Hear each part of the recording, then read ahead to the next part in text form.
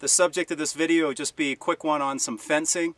And there's some fencing that you use to keep things out. There's some fencing that you use to keep things in. And a couple of things that you'll look at is there's the gauge of the wire, how thick and how strong the wire is. And then there's the grid pattern of the wire and how big the holes are. So those would be the determining factors as to what you use these different types of fencing for. All right, so let's start here. This is rabbit pen fencing, and if you look at it, you can see the size of the grid. Down where the rabbits are at the base, it's smaller, and so they don't jump out. It's a bigger pattern. The gauge of the wire is kind of small, so it's, you don't need to have a real big gauge wire in order to hold rabbits in their place. So you can see it's a tight grid at the bottom, a wide open grid at the top, and not that you couldn't use chicken wire if you wanted to, but this is generally the height that a rabbit would jump. And just want to make sure you see the tight grid is at the bottom and there's a wide grid at the top. It's split roughly halfway, and this is roughly, it's like maybe at Lowe's, I think I got it for around $25, and it's 28 inches tall and it's 50 feet long, and that's plenty big enough to make a pretty decent rabbit pen. And rabbits, chickens, and goats and pigs are the general animals that you're going to want to have on a survival kind of basis. Rabbits and chickens are one of the easiest things to take care of, and it's a lot easier to take care of animals than it is to grow food. Additionally, the meat content will be a longer store of food for you. If you look at on the prairie, so to speak, the herbivores are eating constantly. So if you have a cow or a chicken or whatever, they eat constantly, whereas the predators, and we are at the top of the food chain, where the predators don't have to eat as frequently. And you'll see that where they'll eat, and a predator will kill an herbivore, and they'll eat maybe one time a day, one time a week.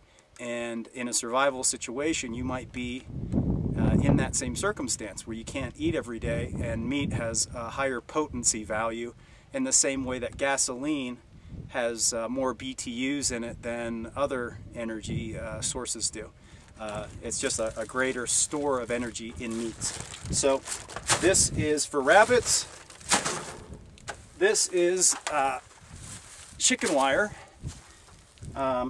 This was $62. It's 48 inches tall by 150 feet long. That's plenty enough for a nice sized chicken pen, and it's not too expensive. Now it's not too expensive, so I'm recommending to you to go and buy these things, even if you're not sure if you're going to need them, but you're going to need them, and there's not going to be a cheaper time or a more convenient time for you to purchase them than now. So those two things right there, chicken wire and rabbit pen fencing, are going to be two of the things that you should jump on immediately. Today, you should go and buy those things, and they're not expensive. You can get all this and some 2x4s and a stapler, and you more or less have chicken coops and rabbit pens. It's that simple. It's that simple right now, but you need to do it as soon as possible. And the next two types of fencing, one is designed to keep cattle in, and that's cattle fencing here, which is 4 foot tall. With any of these types of fencing, if you want to make it taller, real simply, all you need to do is make sure that you buy large posts. Like this post here is 6 foot tall. All right, the wedge side goes down, and this is solid iron. These are roughly $5–6 a piece, and the way they work is you plant the edge, the wedge side down, and then you're going to use this tool inside to pound it down into the ground. if you're, depending upon how hard the ground is, just use some water to soften it, particularly if it's clay, and it'll make it a lot easier to pound it down into the ground. This tool here was roughly $30, and again, these are $6 a piece. If you want, you can make them shorter, the posts, but I recommend going with the taller one. Roughly a foot of it is going to go into the ground, and maybe you want to put more in the ground, particularly if you have cattle that you're trying to keep in, and it'll make it much more sturdy. And then these barbs on here allow you to put some barbed wire at the top of the cattle guard fencing, which the gauge of this is pretty heavy. It's it's made to keep cattle in. It'll keep them out as well, but ultimately you want that gauge of wire to be strong enough that it'll resist large livestock like that. The instances where you want to keep them in is if it's your own animal and they're grazing on your property, and the reason why you wouldn't want other animals to come onto your property is the grass that you have on your property, if it gets overgrazed, it won't be able to sustain the livestock that you have. So that would be an instance you want to keep them out. Alternatively, if you're growing vegetables and that sort of thing, you want to make sure that wild animals don't get in, such as deer, to come in, and or jackrabbits or that sort of thing, to get in and raid your vegetables. So that's what the next, hold on here, I'm gonna rotate just a little bit. The next type of fencing is for. Now this is taller, this is 5 foot tall. This fencing here, before I forget, let's look here. This was, it's 4 foot tall, and there's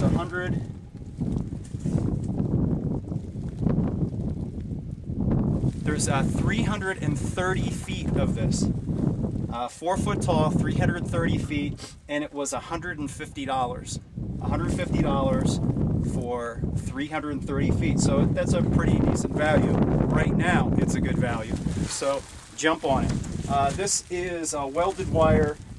Generally has the same grid, but it's a little bit smaller gauge wire, and it's 100 feet long and 60 inches tall. This is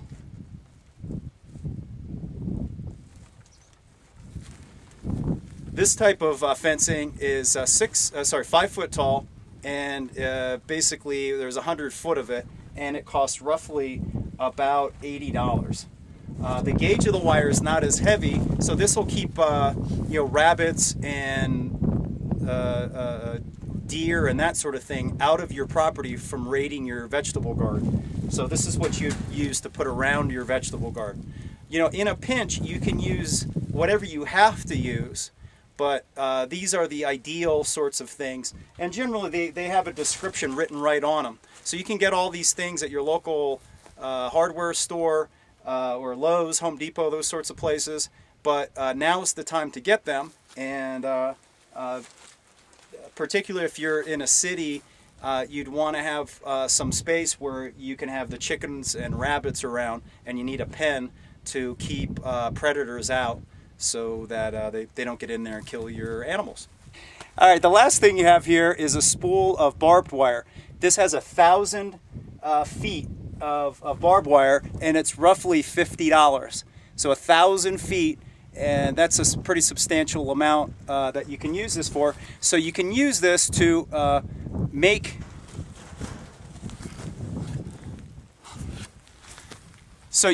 this barbed wire in order to make your fences taller, or you can use this barbed wire to staple around your windows in order to keep predators from breaking into your house and stealing your supplies. So barbed wire is cheap, and you can get that again at Lowe's and Home Depot. It's $50 for 1,000 feet. That's enough that you can get in with your neighbors, and you can split some of that up and share the costs. And you can do that with a lot of these things. There's no reason why you can't get with your neighbors and cooperatively share some of the expenses of these things, and ultimately you're going to need each other's assistance in order to run security, to have a defensive perimeter, and the more that you interact with one another, the better system that you'll have. Nobody can be the best at all of these different skills, so for food, water, and energy, you need to interact with each other and optimize your skill set. All right, this is Wayne with the redpillradio.com.